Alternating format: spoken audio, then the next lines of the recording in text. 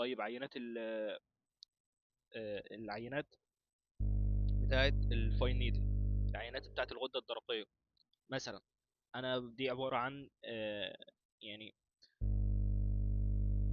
شبه ال- الدم التقيل شويه، في نسبه جلطات مثلا.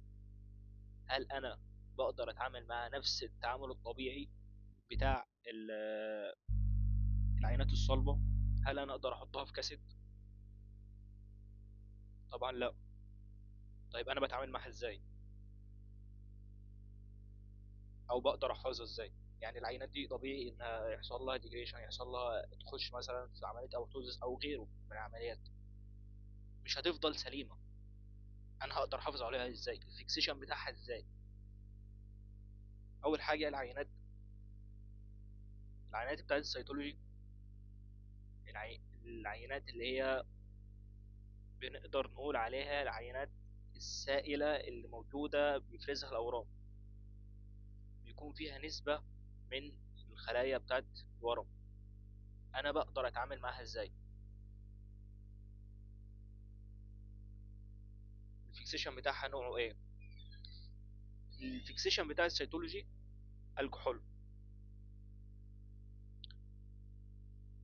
في ناس بتعمل الفيكسيشن بتاع السيتولوجي بيبقى نسبة وتناسب ما بين مكونين ميكس مع بعض، 1:1، الكحول وفورمالين.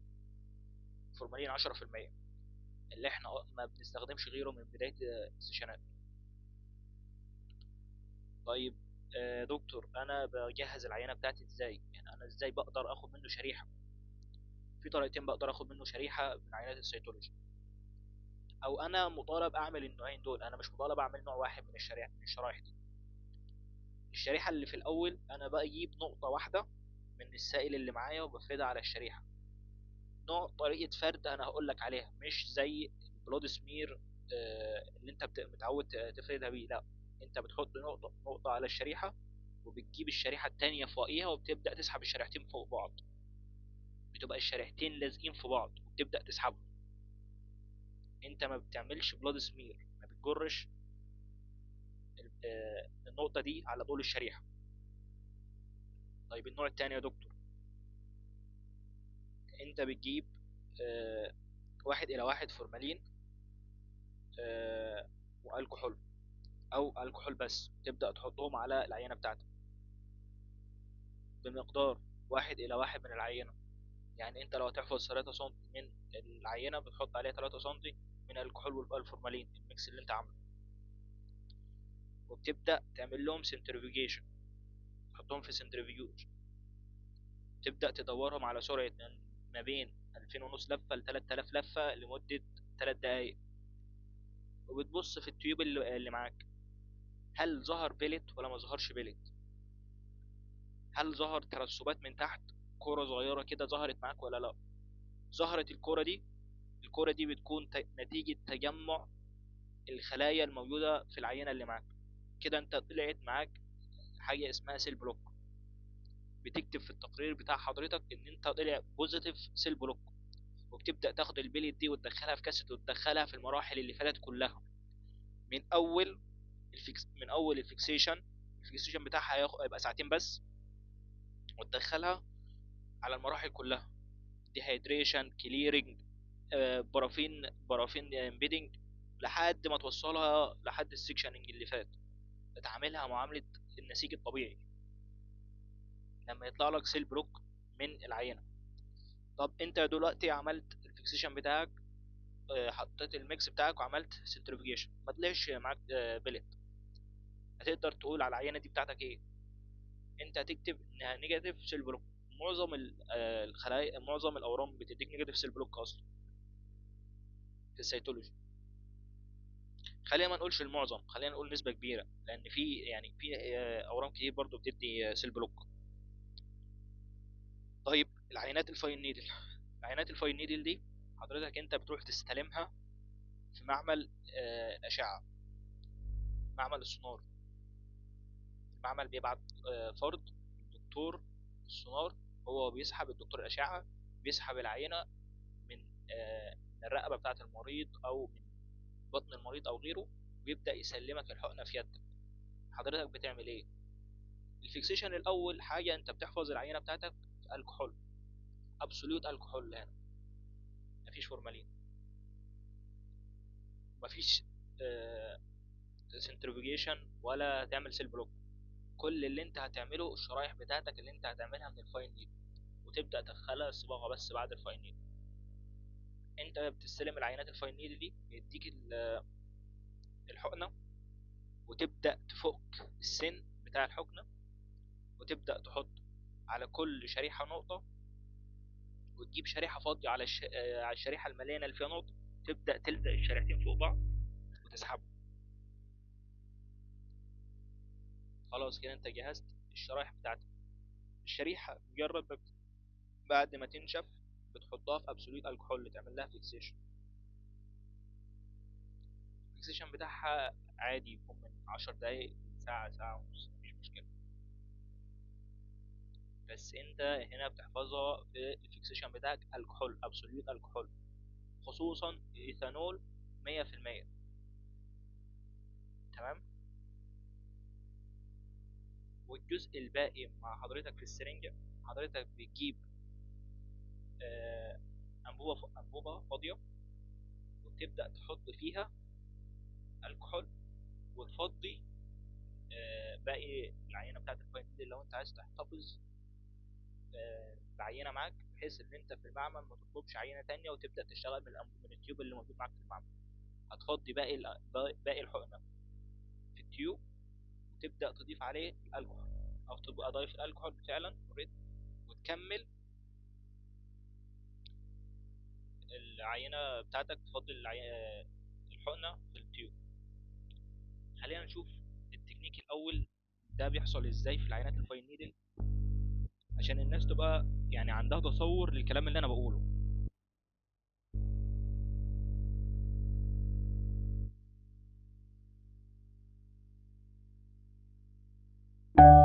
Diagnostic.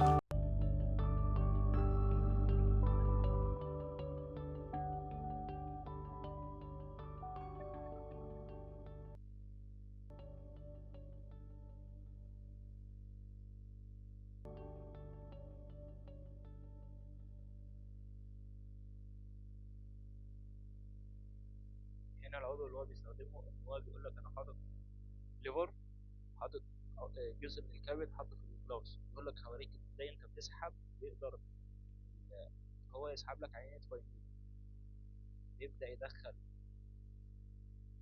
الحقنة زي ما انت شايف بطريقة معينة. تحت ده كله بيبقى هو شايف تحت الميكروسكوب بأشعة.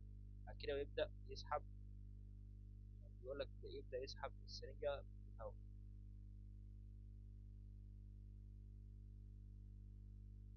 طبعا الخطوات دي انت مش ملزم ان انت تعملها، لان اللي بيعمل الخطوات دي كلها لحد ما يديك السرنجة ده دكتور الأشعة، أخصائي الأشعة، لأن هو اللي بيستخدم السونار وبيعرف اتجاه السرنجة في الجسم ازاي، بيسحب بناء عليها عشان ما يأذيش العضو. بيبدأ يحط زي ما انت شايف كده، حط نقطة، ما بيعملش سمير. هنا بيحط سلايد فوق سلايد التانية، ويبدأ يشوف ان النقطة دي تتوزع تنتشر. بعد كده يبدأ يشد السلايد، ما بيجرش النقطة دي وراه في السمير. بص، يسحبها بالراحة كده، كده بيسيبها تنشف. بعد كده بيبدأ اه يلزق السرنج تاني.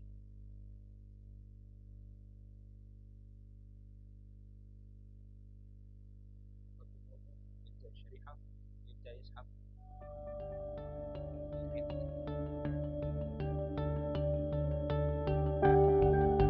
شاف بعد كده تدخلها المفروض تحطها في الفيشن، بعد كده تعمل لها Thank you for tuning in. شوف فيديو تاني. Flow smoothly without having to think about every little step. Flow smoothly شايف as you ده اللي بيحصل. هو بيبدأ يدخل practice making a السوائل الموجودة في العضو ده، أيا كان العضو ده بيفرز بروتينات، بيفرز السوائل الموجودة فيه أو غيره، هو بيبدأ يسحب المواد الموجودة فيه عشان يبدأ يشوف المشكلة فين أو الضرر فين في العضو ده. smear will flow smoothly without having to think about every little step. Finally, you will be able to rely on بعد ما حط النقطة على الشريحة، فضى الحقنة في التيوب بتاعته muscle memory اللي for the هي mechanics of the whole فيها process, قبل and there will be no need to القرار. slow down to recall what should happen next. ده هو التكنيك التاني اللي هو بيحط هنا الشرايح عمودي على بعض، ما بيحطهاش في اتجاه نفس الاتجاه، لا حطها عكس عشان يبدأ ياخد كذا نوع شريحة تانية، كذا شريحة تانية من نفس النقطة.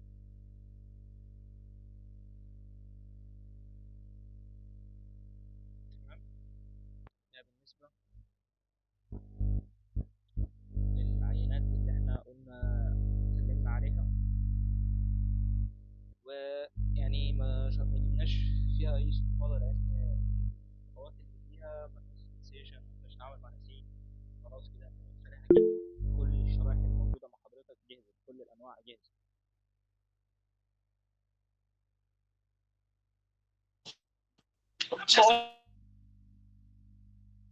هذا عبد ناصر في الكاميرا.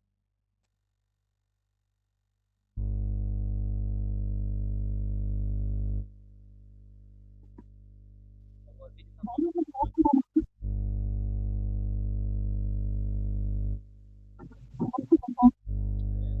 انا ما اعرفش ايه المشكله فين، انا مش سامع الصوت اصلا يعني.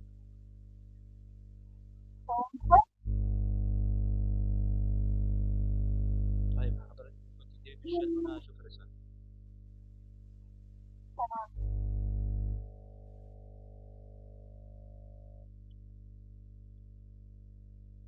طيب حد كده يقدر يقول لي ايه هي الخطوات الرئيسيه اللي انا اتعاملت معاها في النسيج بتاعي لحد ما قدرت اوصله للسكشننج؟ اول مرحله كنت واخدها ايه في بعد الفيكسيشن؟ سريع سريع كده عشان نعمل مراجعه، عشان المراجعه دي هي اللي هتفكرك ازاي تعمل اصلا ستيننج، لان الستيننج يعني هيعيد لك كل الخطوات اللي فاتت. بعد الفيكسيشن كان ايه يا شباب؟ اتفضل يا اسراء. كنا بندخل على مرحلة الديهايدريشن أو لا أشرحها بالتفصيل ولا إيه؟ لا بس الهدف منها هو كان الهدف من مرحلة الديهايدريشن إن أنا أنزع المية من النسيج بتاعي، فكنت بالظبط، بستخدم مش عايز الكحولات. حاجه تانية، مش عايز حاجه تانية. اللي بعده، تمام. الخطوه اللي بعدها. الخطوة اللي بعدها بخش على كليرنج. مرحلة الكليرنج إن أنا بشيل الشوائب والإيثانول اللي كان موجود أصلا من الديهايدريشن. تمام، شكرا خالص يا اسراء. حد غير اسراء، حد يقول لي بعد الكليرنج ايه؟ يا خلود. انا للاسف مش سامع، للاسف والله مش سامع. اتفضل يا يوسف. بعد الكليرنج بنعمل انفلتريشن للنسيج اللي هو بندخل له البرافين، تمام، وبعده وبعدها بنتجه لعمليه السكشننج اللي هي تقطيع النسيج وتجهيزه. بعمل بلوكينج الاول وبعد كده سكشننج، ده اللي انا اتكلمت عليه المره اللي معلش، فاتت. تمام، تمام، معلش. فانا بحاول اعيشكم في الدور. طيب ايه الفايده من عمليه الستيننج؟ طيب انا جهزت الشريحه بتاعتي، طيب ليه يا دكتور ما اقدرش اكشف عن الشريحه دي تحت الميكروسكوب؟ لان ببساطه شديده انت مجرد ما بتشوف العينه من غير صباغه تحت النسيج، لا انا اسف، تحت الميكروسكوب، النسيج بيبقى لونه شفاف، حتى لو مش شفاف بيبقى بعض التفاصيل اللي موجوده فيه ضايعه ما بتشوفهاش. فبالتالي انا محتاج صبغه او لون اساسي يدل على الحاجه الموجوده جوه النسيج. فبالتالي الكونسبت بتاع الستيننج بيقول لك من غير الصباغه انا مش بقدر اشوف السلايد تحت الميكروسكوب، السلايد بتبقى غير مرئيه، would be invisible. عندي صبغتين اساسيين بقدر استخدمهم في المعمل، الايوسين والهيماتوكسولين. الهيماتوكسولين ده بيديني اللون الازرق اللي هو بيديني لون النواه. الايوسين ده هو اللي بيديني اللون الاحمر اللي هو بيديك السيل ممبرين والسيتوبلازم.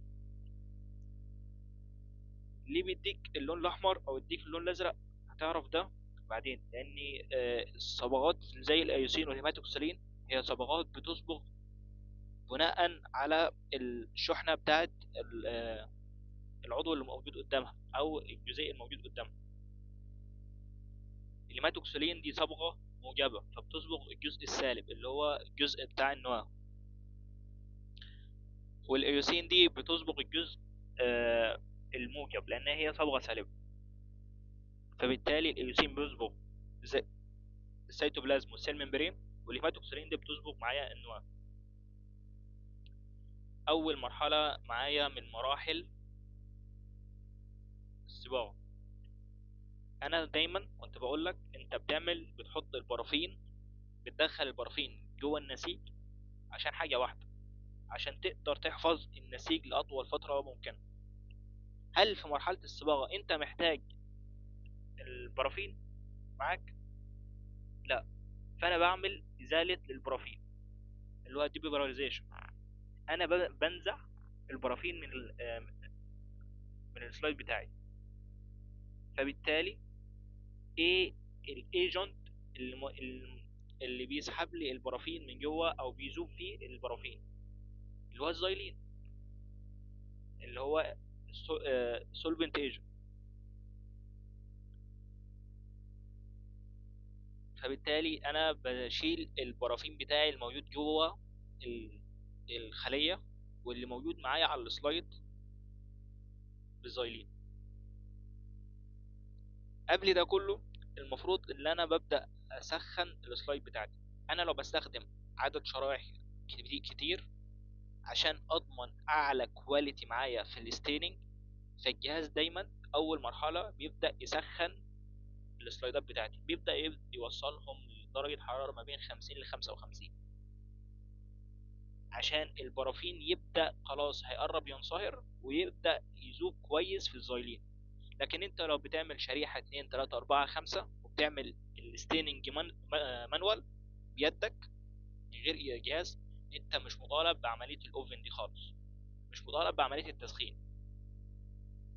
درجه حراره الجو كفيله ان هي تبدا الزايلين يرتبط بالبرافين ويبدا يذوبه، والسلايد بيبقى خالي من البرافين، مفيش اي مشكله.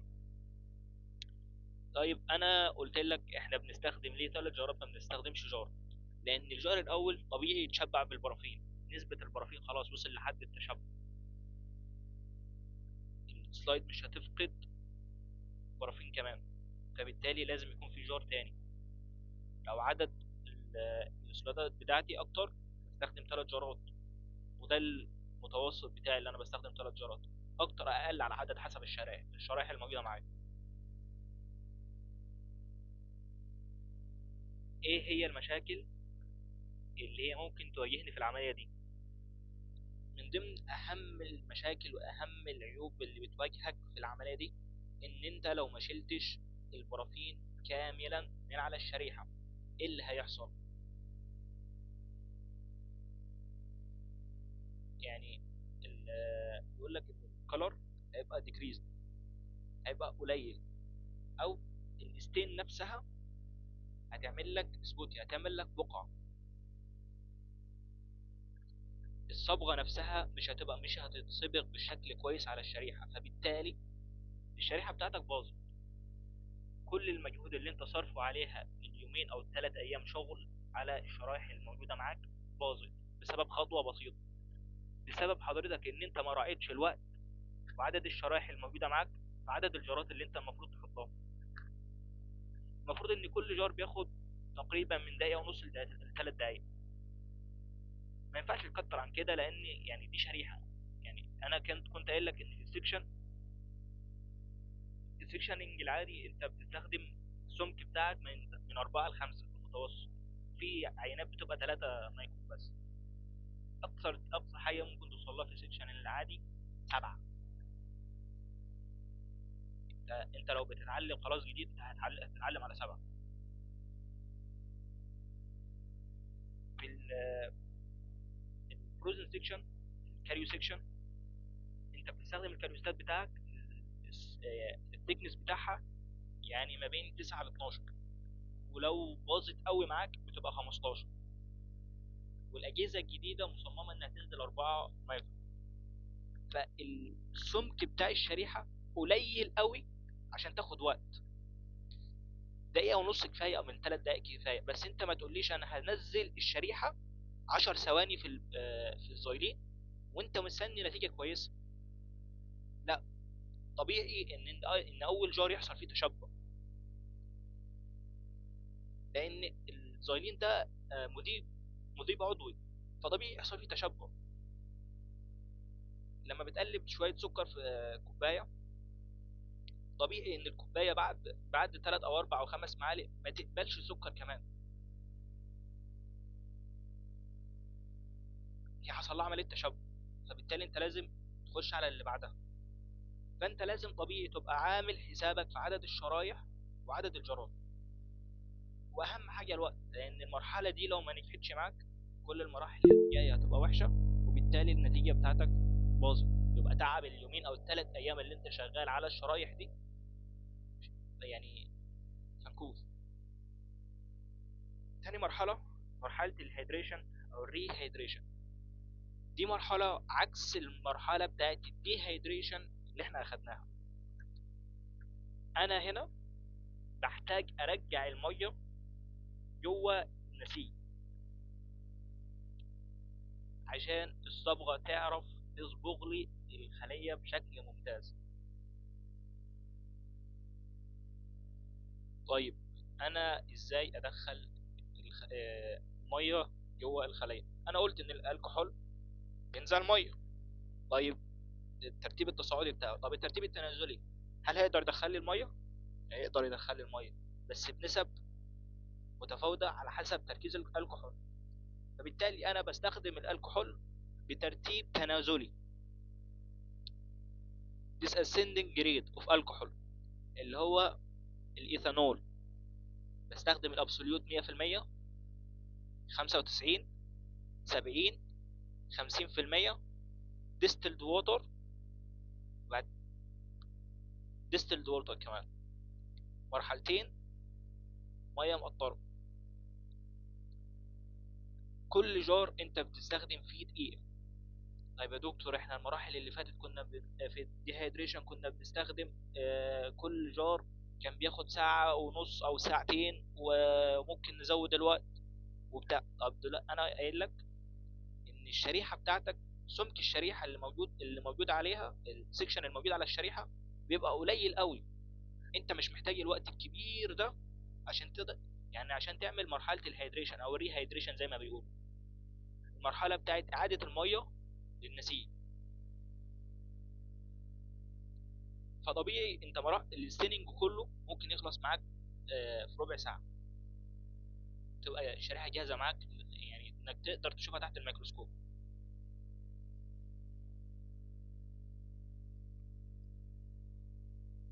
ايه تاني؟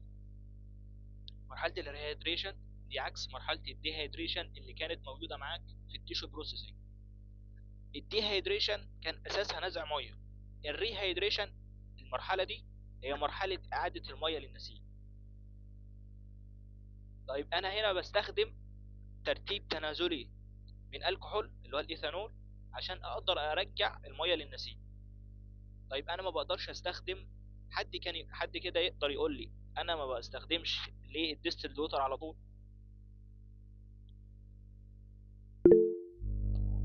اللي رافع يده يتفضل يتكلم لان انا مش شايف الاشخاص.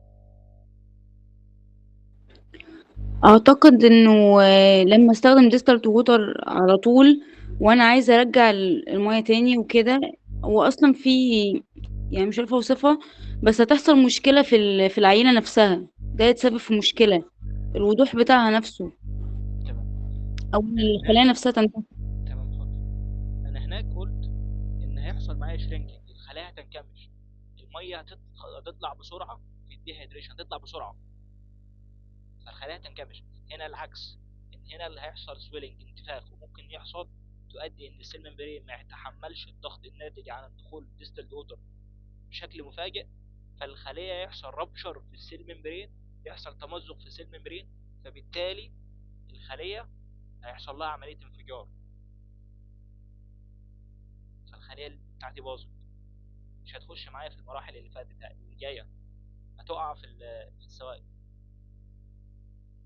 او الخلايا ممكن يحصل لها شوك، فمعظم الخلايا اللي موجودة معايا في الشريحة خلاص حصنت نفسها من الديستلد ووتر والالكحول، لا هيدخلها الكحول ولا هيدخلها ديستلد ووتر، وبالتالي مش هعرف اصبغ، ولما دخليش ميه جوه الخلية كويس انا مش هعرف اصبغ، الصبغة مش هترتبط بالمكونات بتاعة الخلايا.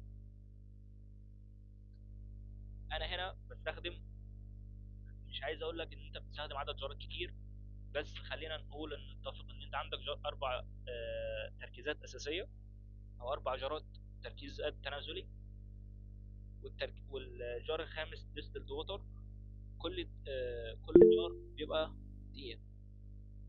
طيب انا ممكن استقبل اسئلة في بعد ما اخلص الستيننج، لان كل المعلومات مرتبطة ببعض، خلص ولو في مشكلة هقدر اجاوبك يعني.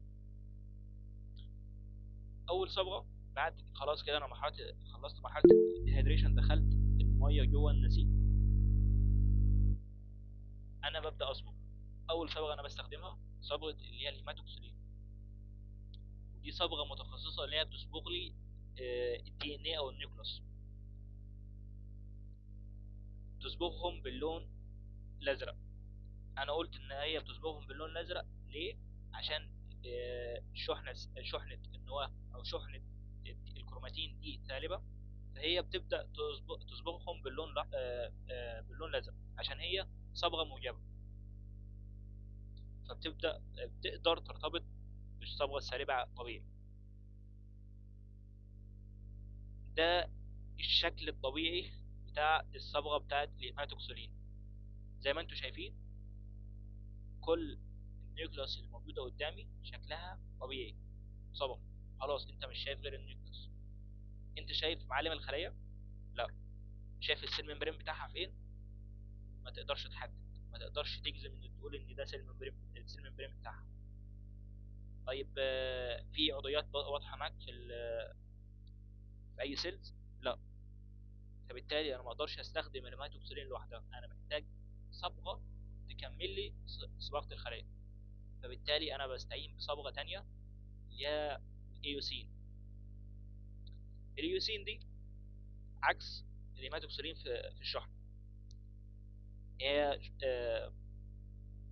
صبغة سالبة بتصبغ كل اللي ما صبغتهوش الهيماتوكسولين، فبالتالي هتصبغ لك سيل ممبرين واي حاجة تانية صبغتهاش الهيماتوكسولين. خلاص كده انا صبغت. المفروض ان انا بستخدم الهيماتوكسولين بتبقى معايا استخدام بتاعها بتبقى دقيقة، والايوسين في حدود 10 ثواني. خلاص كده انا صبغت الخلايا، انا مش محتاج المية في النسيج، مش محتاج المية في السلايد، فبعمل عملية مرحلة الديهيدريشن اللي انا شرحتها لك في تيشو بروسيسنج. ارجع لورا كده، انا نبهت عليك وقلت لك تراجع على اللي فات، لان كل اللي جاي مرتبط باللي فات. مرحله الديهيدريشن دي مرحله نزع الميه، ايا كان انت هتنزعه من النسيج هتنزعه من السلايد. دي انت بتستخدم فيها ascending grade of alcohol، تركيب تصاعدي من الكحول، خصوصا الايثانول. بتبقى distilled water 50% او 70%، ممكن تلغي ال 50% تبدا ب 70%، 80 او 95، 100%، عشان الخليه ما يحصلهاش شرينكينج، ما تسحبش الميه مره واحده من الخليه فالخليه تنكمش، او الخليه يحصل لها شوك فالميه تقعد جوه الشريحه. وبالتالي انت لما تيجي تحط عليها الكفر وتشوفها تحت الميكروسكوب، انت هتشوف حاجه غريبه تحت الميكروسكوب، هيحصل زي اضاءة عكسية، بالتالي هتقدر تقول ان في حاجة غلط. فبالتالي انت لازم تعمل المرحلة دي ب ascending grade of alcohol، ترتيب تصاعدي. في بعض الصبغات بتاعت الايوزين بتبقى جايه لك بودر، مش بتبقى محضره. البودر ده ساعات بيقول لك الدكتور بيقول لك انا بدل اوفر عليا فكره ان انا الصباغه بوفر عليا جار، انا بدل ما استخدم 50% او 70% الكحول، انا ممكن اعمل الايوسين بتاعي بالالكحول، ما ادوبش البودر بتاع الايوسين في ميه، بدوبه في الكحول عشان يكسب جار. لو هو دوبه ب50%، خلاص الجار التاني الالكحول ما ينفعش ارجعه ديستلدوت، انا اكمل على ال50% الالكحول، يبقى 50 70% الجار اللي بعده 70%. لو هو دوب الايوسين البودر في 70% الكحول، خلاص الجار اللي بعده يبقى 80 او 95 او 90 الكحول، اكمل على الترتيب التصاعدي بتاع الالكحول الموجود في الايوسين في الصبغه بتاعتي. لان في شركات بتبعت لك الايوسين بتاعها بودر، الصبغه دي بتبعتها لك بودر وانت بتحلها، انت اللي بتجهزها في المعمل. وفي شركات بتبقى بعتها لك في ازايز. طبيعي ان انت تلاقيها ان مواصفات شركه جايبها لك انها عامله الايوسين في ميه في ديستلد ووتر، وفي شركات جايب يعني عامله الايوسين ده في الالكحول. فانت تركز في الشركه اللي انت بتستخدمها والطريقه اللي انت بتستخدمها، لانه طبيعي كل شركه بتختلف عن التانية. طيب انا دلوقتي استخدمت الجار بتاعي كان جاي لي بودر، عملتها في 50 او 70% الكحول، رجعتها ديستلد ووتر، هاخدها 50 و70% كمان واكمل. طيب ما ايه، هو عدد جارات، وفر وقت، اكسب وقت، بغض النظر عن المشكله اللي ممكن تحصل لك وان الصبغه ممكن تمشي وغيره. بس بقول لك ان هو بعض الملحوظات اللي انت لازم تبقى عارفها في صبغه الايوسين. الهيماتوكسيلين هتجيلك جاهزه، ولو ما جاتش جاهزه انت بتبدا تجهزها في ميه، ما ينفعش تجهزها في الكحول. الصبغه الوحيده اللي ممكن تضيف لها نسبه الكحول اللي هي صبغه الايوسين، عشان الخطوه اللي بعدها مرحله الدهيدريشن. خلاص انا عادي، انا عارف ان انا بقدر انزع الميه من الخلايا، بعمل عمليه طابق بدايه النزع، مش المرحله اللي النزع الاخير. ما ينفعش احط الايوسين في ابسوليوت ايثانول، خلاص انت كده بتنزع الميه مره واحده، بتحاول تدخل الصبغه، انت مش هيحصل الميكس ده، يعني مش هيحصل الميكس ده، الصبغه بتاعت الايوسين هتبقى وحشه. فبالتالي انت مش هتشوف غير اللي واضح معاك غير النيوكليوس بتاعتك.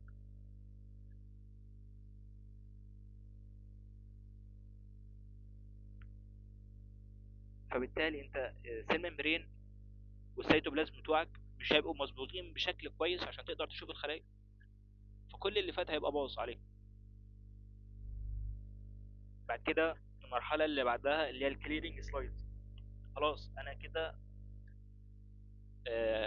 دخلت يعني الكحول طلع لي ميه، انا محتاج اطلع الكحول ده من الخلايا. من اللي هيقدر يطلع لي الكحول من الخلايا؟ الزايلين،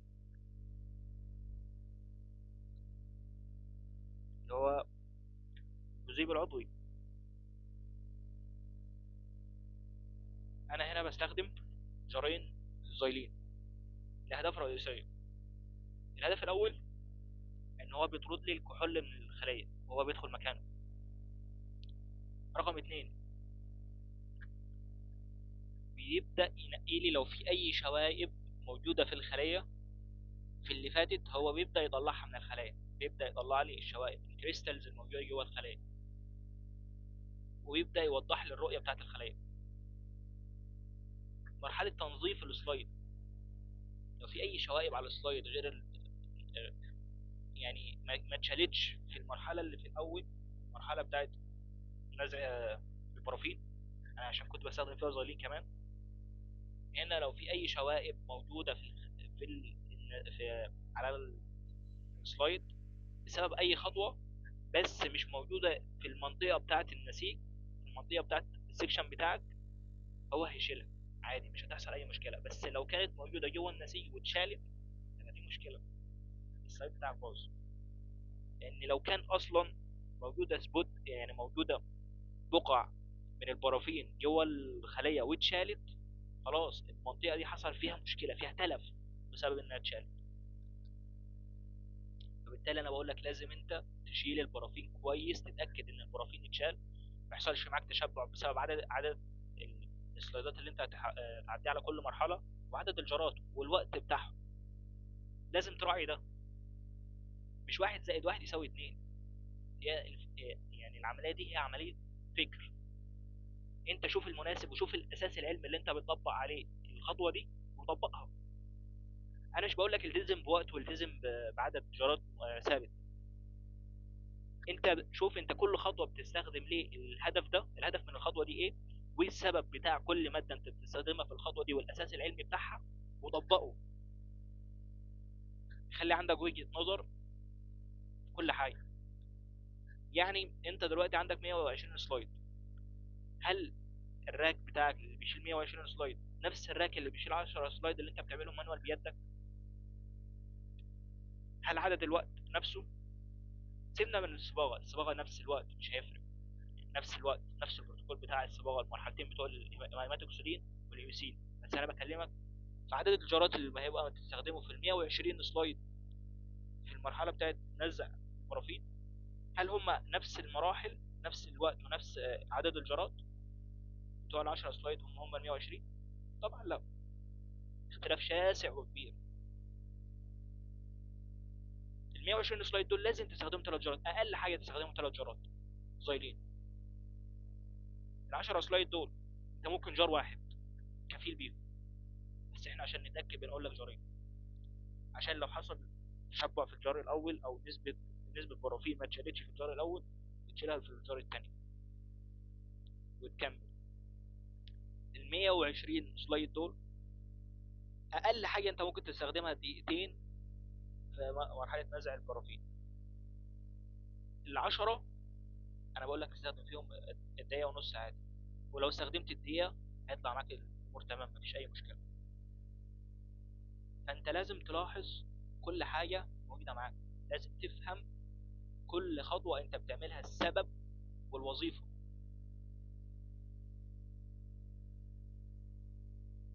اتمنى يكون الفد واضح. كده حاجه اسمها ماونتن سلايد. خلاص كده انت خلصت كل المراحل بتاعت الشريحه، والشريحه بتاعتك انت عايز تحفظها، عايز تحط عليها كفر. يعني الكفر ده بيحمي الشريحه، رقم واحد. رقم اتنين، الشريحه دي لو عايز تنقلها من مكان لمكان ولو حصل فيها اي خدش، السلام، الكفر ده بيحمي لك الشريحه. ولازم يكون يعني الكفر اللي انت بتحطه ده الرؤيه البصريه بتاعته نفس رؤيه الرؤيه البصريه بتاعت الكثافه البصريه بتاعته نفس الكثافه الموجوده في الازاز بتاع الشريحه، عشان ما يحصلش انكسارات كتير. لو حصل انكسارات في الرؤيه يبوظ لك الدنيا. انا بستخدم كفر، طب الكفر ده انا حطيته بيتشال، انا عايز ماده تلزق لي الكفر ده في الشريحه، بستخدم ماده اسمها DBX او بلسم كندا. المادتين دول ليهم نفس الكثافه البصريه بتوع الشريحه والسلايد، عشان ما يحصلش اي انكسارات كتير في شعاع البصر. فبالتالي هيحصل معايا عدم رؤيه في الشريحه. ممكن افكر ان عدم الرؤيه ده جاي ان خلل في الشريحه، لا، هو ممكن يكون جاي بسبب الانكسارات الموجوده في الاشعاع بتاعي، في الاشعاع البصري اللي انا بشوف بيه. فانا بستخدم مادتين، الماده الاولى اسمها DBX، الماده الثانيه اسمها بلسم كندا. انا بجيب نقطه واحده بحطها على الشريحه، وابدا اخد السلايد بتاعي احطها على الشريحه، وابدا ادوس كويس على السلايد والشريحة، بحيث ان البلسم كندا او الديبيكس يتوزعوا بطول الكفر. وبعد كده بجيب شاش او قطنة صغيرة بعمل لها زايلين، وابدأ امسح الشريحة بتاعتي كلها من تحت ومن فوق. طبعا المنطقة بتاعت النسيج هي متغطية اوريدي بالكفر خلاص. باخد الشريحة بحطها في الراك او بحطها في مكان تنشف فيه. وبعد كده باخد الشريحة دي بحطها في الراب اللي هو الورقة بتاعتها، بحطها في التقرير بتاعي اللي انا مجهزه في المعمل، اللي انا قايل لك انت بتجهزه في اول حاجة في السيشن الاولاني. قلت لك ان انت تبدأ تكتب التقرير بتاعك اللي هو اللي انت بتقول انت عملت كام كاسيت. طبعا كل كاسيت هتعمل منه شريحة اقل حاجة، مثلا المواصفات بتاعت العينة اللي جات لك. لو العينة دي استئصال كلي قلت لك انت تكتب الطول بتاعها، العرض بتاعها، الارتفاع بتاعها. هتشوف اللون بتاع الأنسجة اللي جات لك. لو في اي مشكلة شايفها واضحة معاك بالعين، انت بتبدأ توصف المشكلة دي. بتشوف ملمس النسيج، هتشوفه انت هارد فيرم سوفت. بتكتب الحاجات دي في التقرير بتاعك، واوريدي لازم تبعته. وتبدا تقول لهم اللي انت مجهز كام كاسيت، وكام كاسيت دول انت مجهزهم عليهم الشرايط. انا نسيت نقطه مهمه. طيب احنا بنكتب على الشرايط، بنكتب نفس السيريال نمبر الموجود على الكاسيت. طبيعي انا قايل لك السيريال نمبر الموجود على الكاسيت ده جاي من فين. هل لو الخليه، لو كل العينه دي ليها كاسيت واحد ولا ليها كاسيتين او ليها اكتر من 2 كاسيت، انت بتكتب ده ازاي؟ ده كله اتشرح في اول سيشن. خلاص كده انت كلفت السلايد بتاعتك، سبتها تنشف بعد الديب اكس، خلاص نشفت. حضرتك تاخد السلايد دي وتحطها في ورقه كرتون كده اسمها الراب، تحط التقرير بتاعك وبتقفلها، تبدا تبعتها للمكتب بتاع الباثولوجي. هو يبدا يفحص السلايد، بيبدا يحط السلايد هو تحت العدسه 100، ويبدا يحط اللي هي العدسه الزيتيه، ويبدا يحط زيت، ويبدا يفحص تحت الميكروسكوب. حاجه تانية انا نسيت اقولها لكم، هو بيحط كفر عشان لو هيفحص الشريحه اكتر من مره الزيت نفسه ما يأذيش النسيج. لان لو الزيت اتحط مباشره على النسيج، السلام، مره واحده تقدر تفحص الشريحه دي.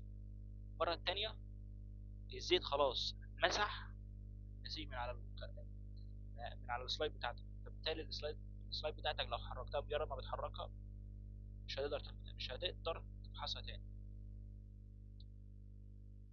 ده ملخص سريع بالخطوات اللي هي كانت موجودة معاك. قلنا مرحلة ديبورايزيشن، دي مرحلة نزع البرافين، دي انا بستخدم فيها الزيلين. قلنا انا بستخدم 3 جارات، الجار الاول كل جار 3 دقايق. وقلنا انا ممكن اقلل عدد الجارات واقلل الوقت بناء على عدد الشرايح اللي هي موجودة معايا. مرحلة الايثانول او مرحلة الريهيدريشن، انا بستخدم فيها disascending grade of alcohol، بستخدم الابسوليوت 100%، وابدا انزل بترتيب تنازلي لحد ما اوصل 50%، وادخل لمرحله الوش او مرحله من مراحل الريهيدريشن اللي هي الديستلد ووتر، دي بتكون 10 دقايق. بعد كده الهيماتوكسرين بخش فيها 8 دقايق. بعد كده بغسل كمان مره. وبعد كده بستخدم حاجه اسمها اسيد.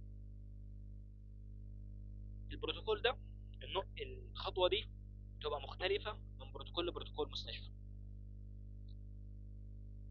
الخطوه دي الهدف بتاعها الاساسي ان هو بيتاكد ان كل الهيماتوكسلين اتغسل معايا في المرحله دي، او بالاضافه لده هو بعد المرحله دي هو بيبدا يفحص الهيماتوكسلين تحت الميكروسكوب، يتاكد ان الهيماتوكسلين صبغ معايا صح.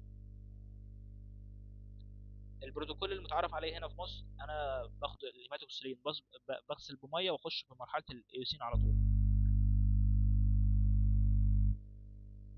ما بستخدمش الخطوه دي لان هو مش هيفحص الهيماتوكسلين تحت الميكروسكوب، هو ما عندوش وقت للاسف. هي المعامل بتاعت الهيستوباثولوجي عموما بتبقى ضغط شديد قوي، فهو ما عندوش رفاهيه انه يعمل الخطوه دي، هو بيحاول يختصر من الوقت، لان انت متخيل ان كل الخطوات دي بعد ما عملت البلوك بتاع الشمع وغيره بيبقى يعني بتاخد اقل وقت شغل، بتاخد من 48 ساعه ل 72 ساعه في المعمل. لو المعمل بتاعك شغال شيفت كامل فعلا، شغال من 8 الصبح لحد الساعه 3 العصر، شغال الشيفت كامل، يعني ده صعب، يعني نادرا لما بيحصل. بيبداوا شغل 9 وبيخلصوا 1. متخيل ان انت مريض السرطان ده اصلا بيبقى باعت لهم العينه قبلها، يعني قبلها ب 14 و 15 يوم، وبتاخد 3 يعني ايام شغل. وفوق ده كله لما بتروح المعمل بتاع المكتب بتاع الباثولوجي بتاخد وقت قد ايه عشان الدكتور يطلع تشخيص، والتشخيص ده لازم يتبعت لدكتور الاورام ويصدق عليه، وفي الاخر يديلك بروتوكول، يعمل لك بروتوكول. فانت متخيل بقى اللفه دي كلها بتاعت المريض، العدد كبير قوي، واللفه دي بتطول وقت قوي. ويا ترى هل ترى الاخصائي بيجي كام يوم في الاسبوع ويبدا يخلص لك، هيقدر يخلص لك الشرايح اللي هي موجوده اللي انت عملتها في الايام دي ولا لا؟ فهو البروتوكول هنا ما عندهمش رفاهيه انهم يعملوا الخطوه دي، هم بيحاولوا يوفروا وقت، فبيخش على مرحله الايوسين. مرحله الايوسين هو بعد كده راح غسل ب 95. هي 95 عشان الايوسين الاساسي هنا 70%، مخفف في 70% الكحول، لان لو مخفف هنا بديستلد ووتر لازم اللي بعده يكون 70% عشان ما يحصلش اي شرينكينج في الخلايا ما تبصش معاك على اخر خطوه. الايوسين بتبقى اقصى حاجه دقيقه، ما ينفعش تسيبها اكتر من دقيقه، لان لو سبتها اكتر من دقيقه هيحصل تكتلات وترسبات في الدقيقتين. ده اقصى حاجه انت ممكن تسيبها في الايوسين، المتوسط بتاعها من 30 ل 50 ثانيه. مرحله الديهيدريشن، مرحله نزع الميه. خلاص انا بشوف الايوسين ده بتاعي شغال بايه، شغال بديستلد ووتر بخش 70%، شغال ب 70% الكحول خلاص بخش ب 95، جارين 95. وبعد كده جارين او 3 على حسب عدد الشرايح اللي موجود معايا بستخدم ابسوليت الكحول. بعد كده بخش على مرحله الكليرنج، بعد كده بخش على مرحله الماونتنج، وكده خلاص مبروك عليك الشريحه اللي هي مغلبات طول الكورس. انت متخيل كميه المعلومات اللي هي عدت عليك بسبب ان انت عشان تعمل شريحه زي كده؟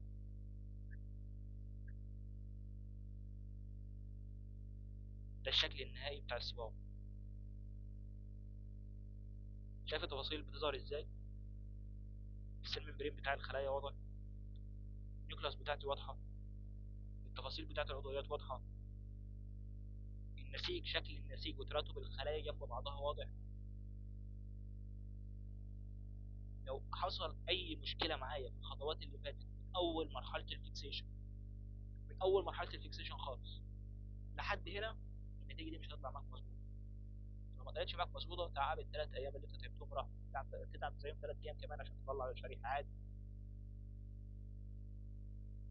شايف التفاصيل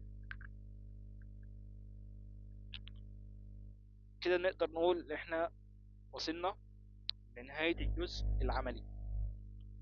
هيتبقى معانا سيشن كمان هنتكلم على انواع العلاجات، هنتكلم اكتر عن الكانسر، هنتكلم على موضوع الناس اللي هي بتترقب ليه اللي هو الستيم سيل كانسر، النظريه الثيوري بتاعتها، هل الستيم سيل كانسر الستيم سيل هتبقى علاج للكانسر، ولا هي سبب الكانسر، ولا ايه علاقتها بالكانسر الستيم سيل اصلا. كل المواضيع الشائكه حول الستيم سيل ان شاء الله هنتكلم فيها السيشن اللي جاي. ففي اي حد عنده اي مشكله في اللي فات عموما؟ قبل ده اوقفكم ثواني نشوف فيديوهات على الصباغه.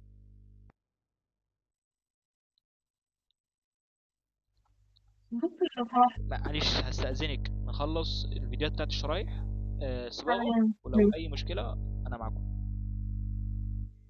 as a piece of paper. It is very important تعالى to نراجعه، follow the مش safety مشكله نراجع من guidelines الاول and know اللي حصل. a ruptured appendix cancer. خلاص The المريض tissue دخل needs to be prepared المريض دخل عمليه، والمفروض ان انا هستقبل منه and processed so it can be viewed by the light microscope العينه. on a glass. اول حاجه بتجيلك العينه، بتستلم العينه، بتكتب البيانات بتاعتك بتسجلها في المعمل بتاعك، وبتبدا تجهز سيريال نمبر لكل عينه موجوده معاك. السيريال نمبر ده ببساطه شديده للناس اللي ما كانتش حاضره معانا اول سيشن بيبقى مكون من رقم السنه بتاعتك بتبقى 24 او 25 26 27 تمام، ورقم الرقم بتاعك بيبدا اول السنه اول عينه معاك بتبدا تستقبل. العينه الاولى بتبقى 1، العينه الثانيه بتبقى 2، العينه الثالثه بتبقى 3، لحد ما توصل تخلص اليوم الاول وتخلص اليوم الثاني، كل بترتيب تصاعدي. يعني اليوم الاول انت خدت 20 عينه، بتكمل عليهم اليوم الثاني يبقى 21 شرطه 25 شرطه مايله زي الستاش كده. طيب كده انت اعطيت لكل عينه السيريال نمبر بتاعها. انت لو هتعمل اكتر من كاسه نفس العينه، حضرتك هتفصل ما بين الرقم الاول والرقم الثاني اللي هو رقم السنه ورقم العينه بشرطه كمان، وهتكتب فيها الترتيب ابجدي بالحروف A B C D وهكذا. يعني لو هتعمل 3 كاسيت، الكاسيت الاول هيبقى لو العينه دي رقم 13 هيبقى الكاسيت الاول 13 شرطه A شرطه 25، الكاسيت الثاني هيبقى 13 شرطه B شرطه 25، الكاسيت الثالث 13 شرطه C شرطه 25. وضحت؟ بالنسبه للسيريال نمبر ببساطه. بعد كده تبدا تكتب بتبدا تطابق البيانات اللي موجوده اللي جايه لك في التقرير بالبيانات الموجوده في الكب اللي جايه لك في العينه. بعد كده بتبدا تلزق السيريال نمبر بتاعك على العينه او بتكتبه بماركر. تبدا تطلع العينه بتاعتك، تبدا تفحصها الفحص اللي هو بالنظر. اهمهم اللي هو طول العينه وحجم العينه تبقى تاخد جزء. نقطه نعيد عليها كمان، اللي بياخد جزء من الشريحه اخصائي الدكتور الباثولوجي، الدكتور اللي هو واخد طب تخصص بطنه ودارس دكتوراه في علم الباثولوجي، هو اللي بيقدر يحدد انا عايز اعرف الجزء ده حصل ليه فيه مشكله. او دكتور درس هيستولوجي وكمل باثولوجي برضو من ضمن. الخطوه دي مش بتاعتك انت، ما تقدرش تحدد الجزء ده ليه تمام. بعد كده هو بيبدا ياخد جزء من العينه ويبدا يحطها في الكاسيت. The cassette is able to hold the tissue in place while tissue processing occurs. بس بعد كده The ايه cassette is كاسيت also used نقفل in the الكاسيت. embedding بعد process, كده بنخش على مرحله التيشو بروسيسنج اللي اول مرحله فيه which we will الفيكسيشن. look at. in a lifelike state as فيكسيشن possible. اوف تيشو.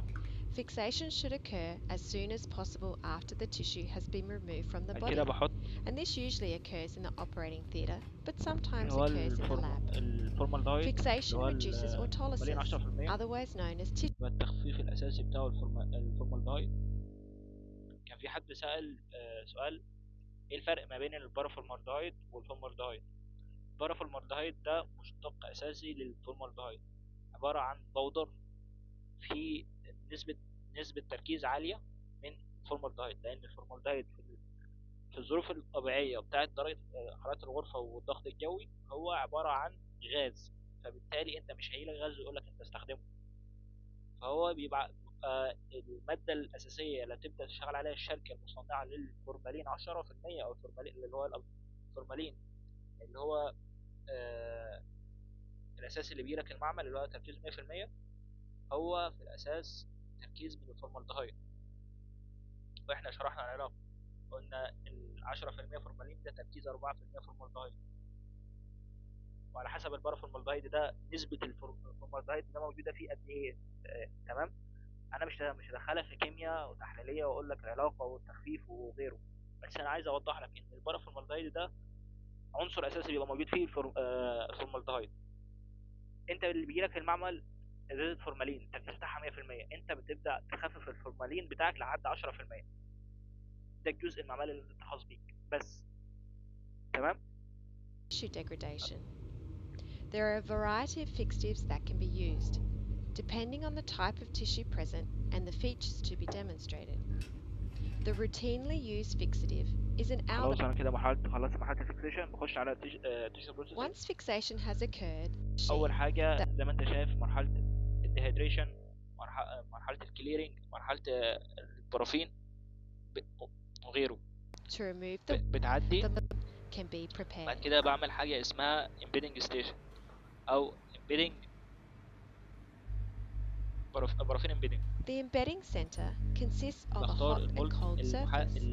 The high الأساسي temperature keeps the لكل paraffin wax as a عينة liquid كانت موجودة so معايا. that it is easier to manipulate the tissue sample. بستخدم الفورسيبس نفس درجة حرارة الفورسيبس هو نفس درجة حرارة النسيج، المولد لازم يكون نفس درجة حرارة النسيج، كلهم لازم يكونوا نفس درجة الحرارة اللي هي 60.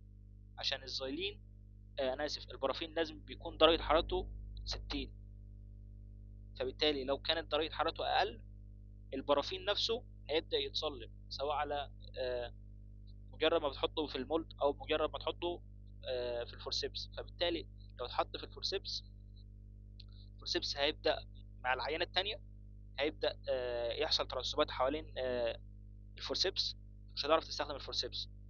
ولو المولد بتاعك اتصلب البرافين اللي مجرد ما تحط فيه البرافين وتصلب انت مش هتعرف تثبت النسيج على الأرضية بتاعة المولد، فبالتالي انت مش هتعرف تعمل سيكشننج كويس. ولو عملت السيكشننج كويس خلاص مش هتعرف تاخد سيريال كويس، فبالتالي مش هتعرف تعمل مرحلة الصباغة، فضاعت عليك النتيجة كلها بسبب خطوة بسيطة.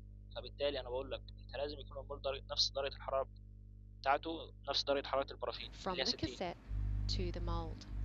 At the embedding center, the بتفتح tissue sample is removed from the cassette بتفتح كاسيت واحد عشان العينات بتاعتك ما تتبدلش، عشان ما تتشتتش وتشتغل صح وتعمل انتاجية بوقت اسرع.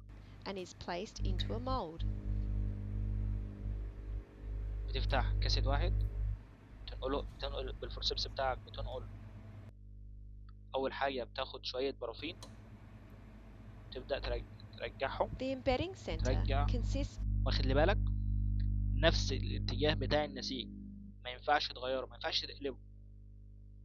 تبدأ ترجعه على الكولد بليت، حطيت شوية برافين صغيرين ونقلت النسيج، تبدأ تحطهم على الكولد بليت.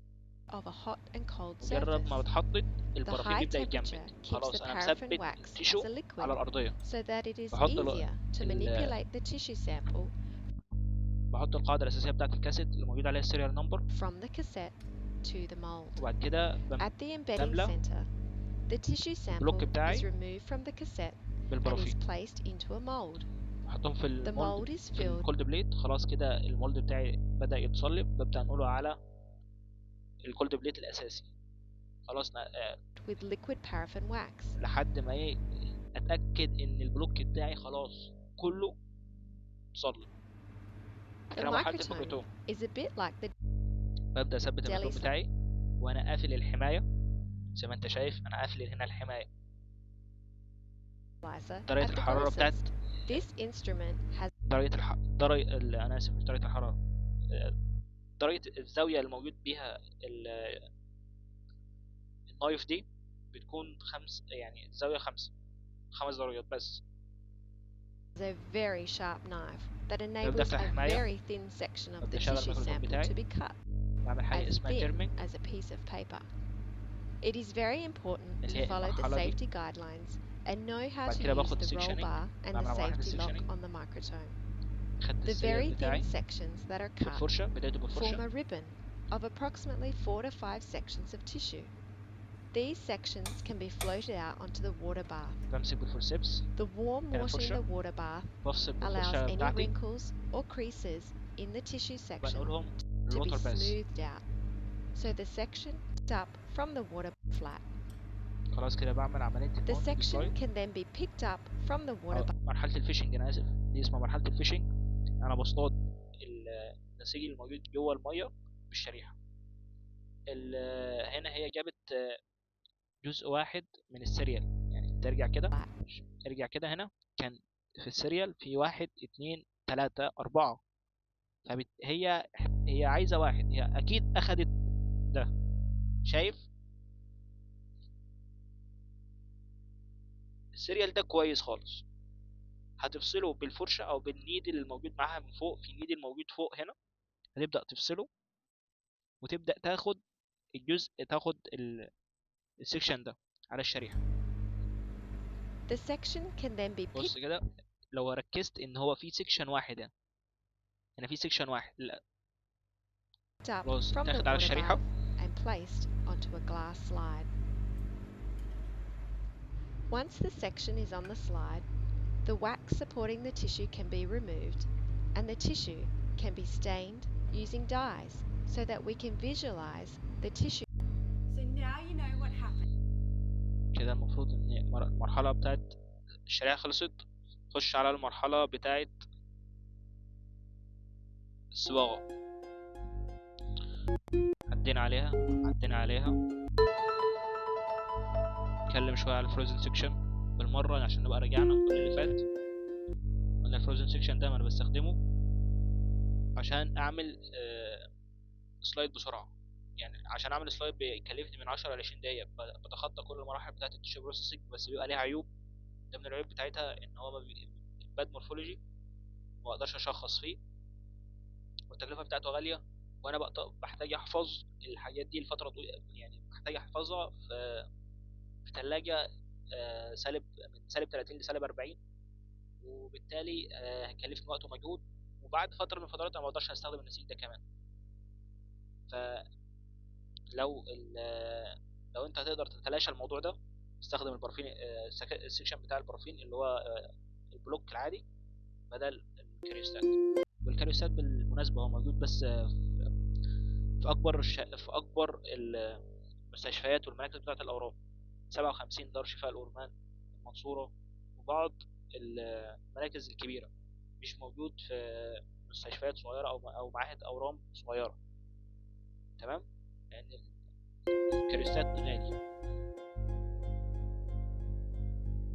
نفس الميكروتوم بشكل تاني، بس هو مواد مثبت في غرفة تبريد. درجة الحرارة بتاعتها ما بين سالب 20 لسالب 30، وساعات بتوصل لسالب 40. قلنا على حسب كثافة الدهن أو الفات أو الليبيد الموجودة جوه النسيج معاك.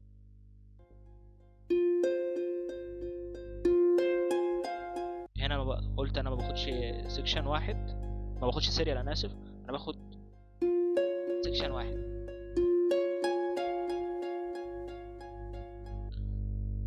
درجة الحرارة هنا سالب 24.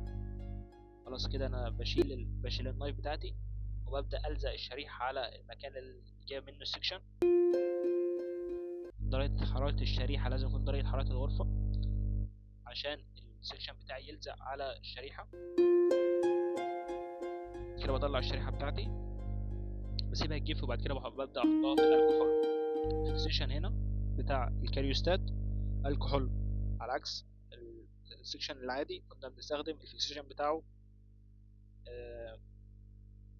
انا اسف، كنا بنستخدم الفيكسيشن بتاع الفورمالين اللي هو 10%.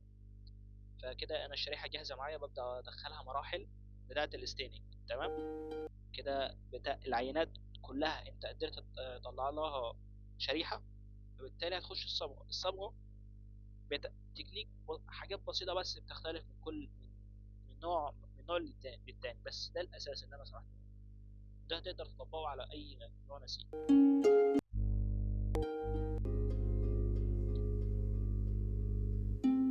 بيقول لك ان مثلا انا بقدر استخدم الفروزن سيكشن في الرابid دايجنوزز، بس بيبقى فيه المورفولوجي بتاعه بتبقى فيه مشاكل وبتبقى ما بقدرش اشخص فيه، انا ما بقدرش اجزم واقول لك ان ده حصل بسبب ايه. لكن انا بقدر اقول لك ان مثلا في كانسر ولا مفيش، في خلل ولا مفيش، بجاوب اه او لا. لكن ما اقدرش اجاوب لك بنسبه، ما اقدرش اقول لك ان نسبه الكانسر كام، ما اقدرش اقول لك ان نوع الكانسر ايه، الدرجه بتاعه الكانسر نفسه ما اقدرش اقولها لك. كل دي معلومات انا ما اقدرش اقولها لك في المراحل زي المراحل بتاعه فروزن سيكشن. انا بس بقدر اشخص لك بسرعه اه او لا، بس ده اللي انا بقدر اعمله لك.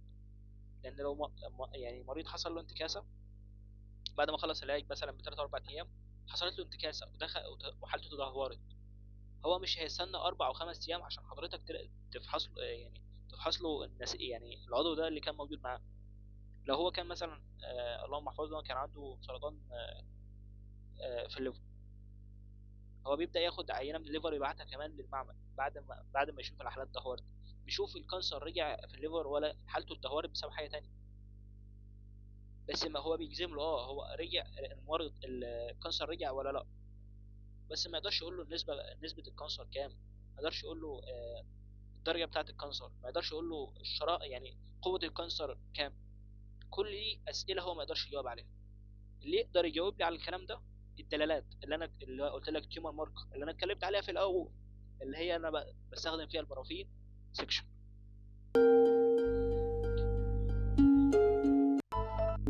شايف هنا التفاصيل زي مش واضحه خالص، يعني مش واضحه نهائيا، على عكس الصور اللي انا وريتها لك اللي هي بتكون نتيجه البرافين سيكشن.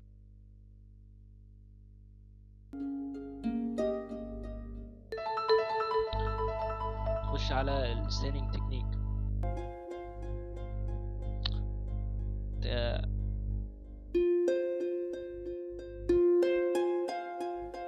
اول حاجه بتعمل ريموف واكس، بتشيل الواكس عن طريق الذايلين بتاعك، وبعد كده بتبدا تدخله مرحله الديساسندج الكحول عشان تنزع الميه. بعد كده بتغسل الميه وتجهز الصبغه بتاعتك.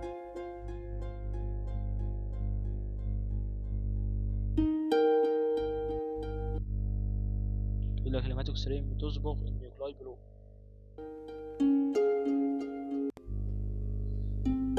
ده لون صبغة الهيماتوكسرين، هتلاقيها لون البنفسجي او لون الازرق الداكن قوي.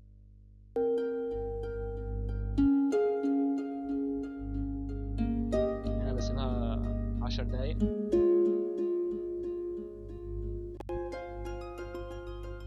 ابدا اطلع الشرايح بتاعتي واغسلها.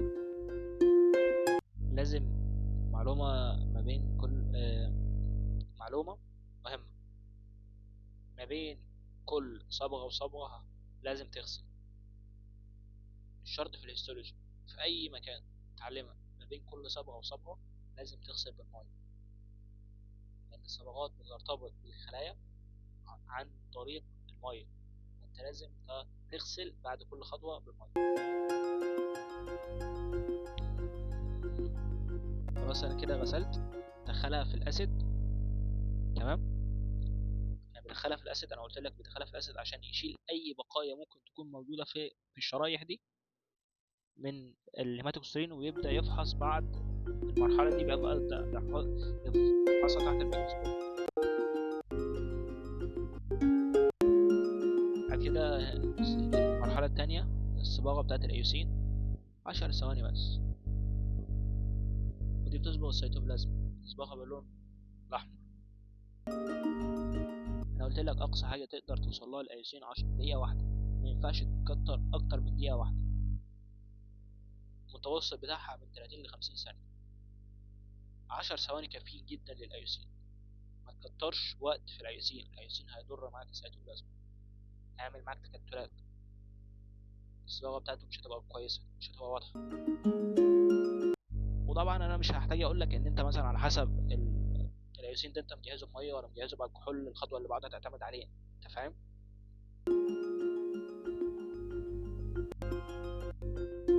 خلاص كده صبغت، تغسل بالميه او تغسل بالكحول. لو خلاص دي غسلت بميه يبقى الايوسين كان متحضر بميه. تخش بقى عملية نزع المية، هي هتفحص تحت الميكروسكوب. بتقولك ما بين between each stage، ما بين كل مرحلة. هي بتستخدم ميكروسكوب عشان تبص تحت بتستخدم ميكروسكوب عشان تتأكد إن الصبغة في كل مرحلة من المراحل بتاعت اللي فاتت كلها، تتأكد إنها سليمة. هل أنت عندك المقدرة إن أنت تعمل ده مثلا على 120 شريحة أنت بتصبغهم؟ 120 شريحة بتصبغهم الصبح، 120 شريحة تصبغهم ساعة واحدة؟ هل عندك أنت المقدرة دي؟ ما أظنش إن أنت عندك الرفاهية دي في المعامل اللي هي بتاعت الاسباسولوجي، لأن الكلام ده بيبقى ضغط، فبنحاول نختصر وقت بصراحة.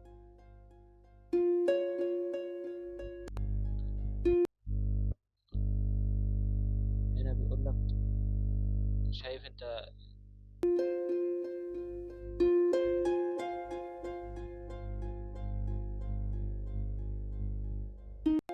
بص كده، ده الهيماتوكسيلين لوحده، الهيماتوكسيلين لوحده، اللايسين لوحده. بص الاتنين مع بعض،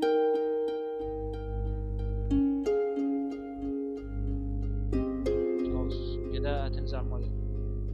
دخلهم ايثانول 70%، بعد كده 90%. اهو ascending grade of alcohol.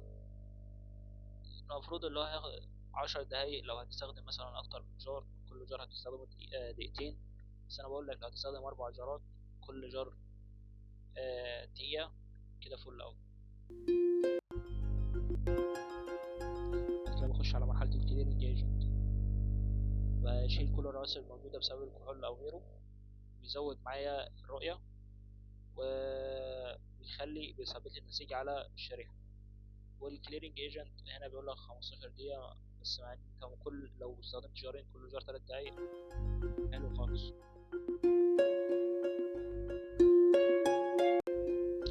مرحلة بتاعت خلاص الماونتنج، هنا انا بقدر استخدم فيها الدي بي اكس. تمام، بتختلف من شخص لشخص، مش بقول لك في بروتوكول مستشفى لمستشفى، بقول لك بتختلف من شخص لشخص. شخص بيحط الدي بي اكس على الكفر، وشخص بيحط الدي بي اكس ده على الشريحة. انت فاهم؟ هي يعني سليم حياة. ببدأ اخد نقطة واحدة من الدي بي اكس بتاع الكفر، طلع الشريحة بتاعتي من الزايلين،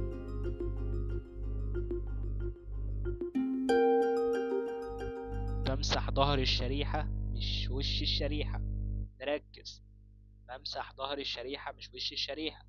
لو مسحت ظهر الشريحة من غير ما احط الكفر، القطنة او الشاش او المنديل اللي انا بمسح بيه ده هيشيل معايا النسيج، كأنك يا زيت ما بغى زيت. خلاص باظ معايا كل المرحلة اللي فاتت.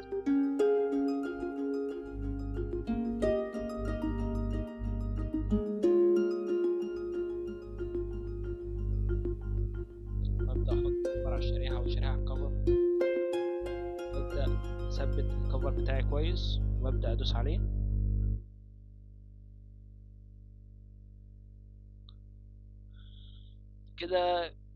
كده نقدر نقول لكم فركش عملي.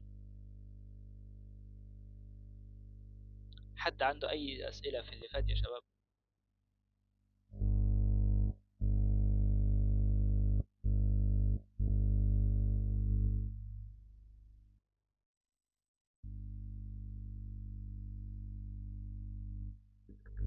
طيب يعني اسألوا مجاملة. طيب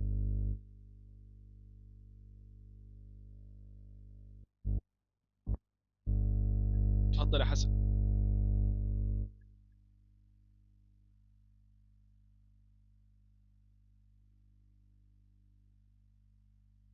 لو انت بتتكلم فانا مش سامعك.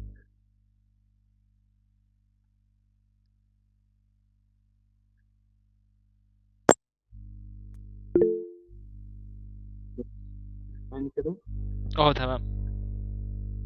حضرتك كنت قايل ان دكتور الباثولوجي بيحط كفر تاني صح؟ نعم. دكتور الباثولوجي بعد ما بياخد الشريحة بياخد الكوبا التاني ولا بيحطها ازاي طيب ولا بيعمل ايه؟ مش سامعك بتقول ايه والله، الصوت مش واضح قوي. دكتور الباثولوجي بعد ما بياخد الشريحة اللي احنا اديناها له دي اه ولا بيعمل ايه؟